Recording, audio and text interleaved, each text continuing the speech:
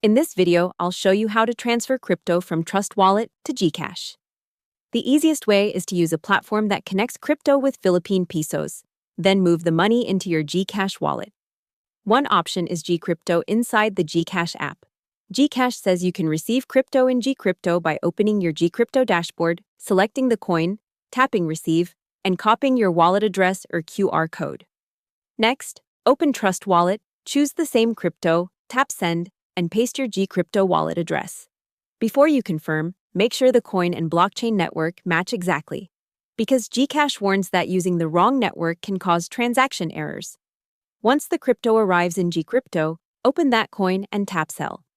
GCash says the amount you sell is added to your GCrypto trading wallet. After that, withdraw the funds from your trading wallet into your GCash wallet. GCash confirms that this withdrawal moves your funds into your regular GCash balance. Another working option is to send the crypto from Trust Wallet to Coins.ph, sell it there, then use Cash Out and choose GCash as the e-wallet destination. Coins.ph says GCash is available as a cash out option in the Philippines. That's how to transfer crypto from Trust Wallet to GCash. Hope the tutorial was helpful, subscribe to my channel, and see you in the next video.